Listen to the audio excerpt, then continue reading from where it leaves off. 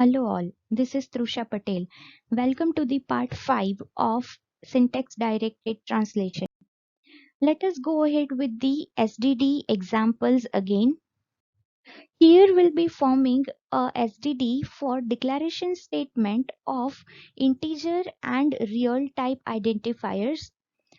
So we may have declaration statement like real id1, id2, id3. So if I form a grammar for this kind of statement, the grammar can be like D gives TL.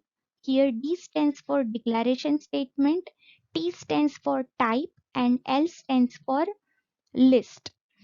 So our declaration statement is having two parts. One is a type and the second is a list of identifiers. Now, as we are just focusing for the declaration statement of integer and real, our type can be either integer or real. So further we are having production t gives int and t gives real. Now, the list may consisting of single identifier or multiple identifiers separated using comma. So we'll be having two productions like L gives ID or L gives L comma ID. Now let us construct a parse tree for real id1 comma id2 comma id3. So we'll be starting from D gives TL. Now T is real. L will be replaced with L comma ID. Here ID is your ID3. Again L will be replaced with L comma ID, but here your ID is ID2. And lastly your L will be replaced with ID1.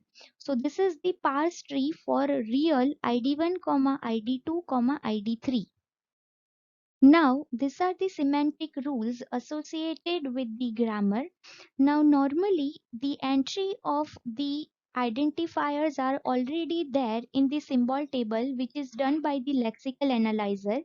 Now our task is to assign this data type to the identifiers entry in the symbol table. For that, the semantic rules are used. Now here I have associated all the attributes to the non-terminals or the terminals which we have used in the semantic rules. Now the first semantic rule will be executed. T.type is equals to real. So that real will be allocated to the T.type. The next semantic rule will be executed is L.in is equals to T.type. So the attribute of T is transferred to the attribute of L.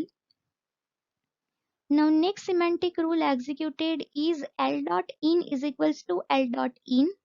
So the real from upper L will be transferred to the lower L.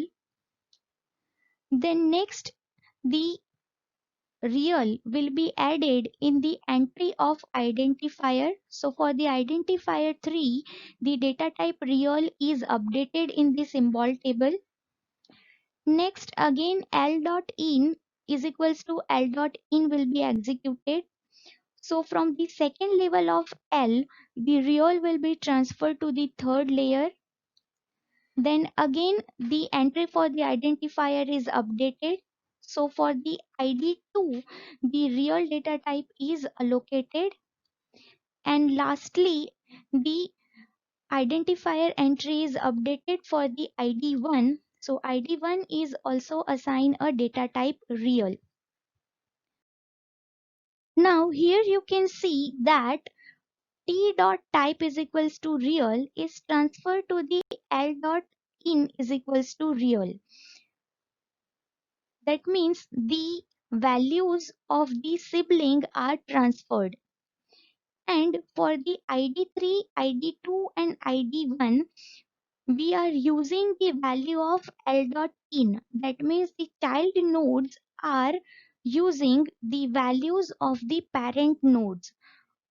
So these are the example of inherited attribute. As we have discussed earlier that the attributes are called inherited if Those attributes are using the values of the sibling or the parent node, then they are inherited attributes. Thank you. We'll be back with the next part soon.